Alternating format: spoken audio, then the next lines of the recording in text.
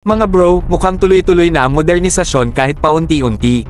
Ang Philippine Marine Corps, PMC, ay nag-raise na naman ng third public bidding para sa acquisition ng Squad Automatic Weapons, SAWS, para sa ikatlong sunod-sunod na taon.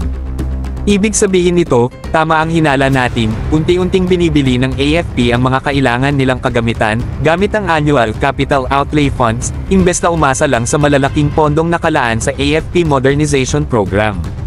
Kung tutuusin, malaki ang magiging impact nito sa firepower ng ating mga tropa. Ang pagbili ng 73 bagong units ng SAWS ay hakbang para palitan ang mga luma at pagod na FN Minimi at M60E3E4 machine guns. Hindi na bago sa atin na ang mga lumang kagamitan ay pwedeng maging liability, kaya tama lang na bigyan ng modern replacements ang mga Marines natin.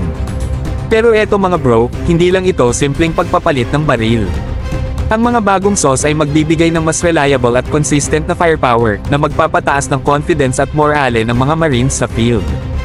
Alam natin na pagdating sa labanan, crucial ang tuloy-tuloy na suppressive fire para makontrol ang battlefield at maprotektahan ang sarili at mga kakampi.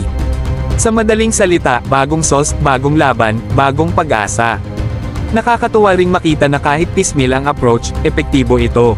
Imbes na maghintay sa mabagal na proseso ng mga malaking budget allocations, sinasamantala ng AFP at ng PMC ang Annual Capital Outlay Funds para hindi mapag-iwanan sa capability upgrades. Ang discard na ito ay nagpapatunay na hindi lang puro plano, may aksyon din. Para sa ating bansa na laging may tanawing geopolitical challenges, bawat update sa gear ay isang hakbang para sa mas secure na Pilipinas.